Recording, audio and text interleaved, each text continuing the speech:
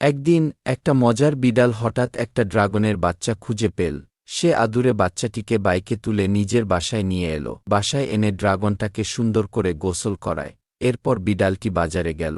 বাজারে গিয়ে কিছু তাজা মাংস কিনল। পরে মাংস নিয়ে স্কেটবোর্ড চালিয়ে চালিয়ে বাড়িতে ফিরে মাংসগুলো কুচি কুচি করে মেশিনে, তারপর সেগুলো দিয়ে বানাল ডিমের মতো ছোট ছোট বল। রান্না শেষ। এবার প্রিয় ড্রাগনটিকে নিজ হাতে খাওয়ালো। দিন যায়, মাস যায়। একদিন ড্রাগনটা বিশাল বড় হয়ে গেল, আর বিড়ালটা সে এখন ড্রাগনের পিঠে চড়ে আকাশে উড়ে বেড়ায়। আরেক সকালে বিড়ালটি আবার বাজারে গেল। এবার সে কিনল তিতো করলা। এরপর কিছু রসুন বেছে বেছে কয়েক কেজি নিল। তারপর মাংস দোকানে যায়, গিয়ে বেছে বেছে কিছু মাংস নিল। এগুলো নিয়ে স্কুটিতে করে সব নিয়ে এল বাসায়। বাসায় এসে মাংসগুলো পানি দিয়ে ধুয়ে নিল। তারপর ছুরি দিয়ে করল ছোট ছোট পিস। পরে ব্লেন্ডার দিয়ে কুচি করল সেগুলো। তারপর কাটতে লাগল রসুন, আর চোখ বেঁধে মরিচও কাটল সাহসিকতার সাথে।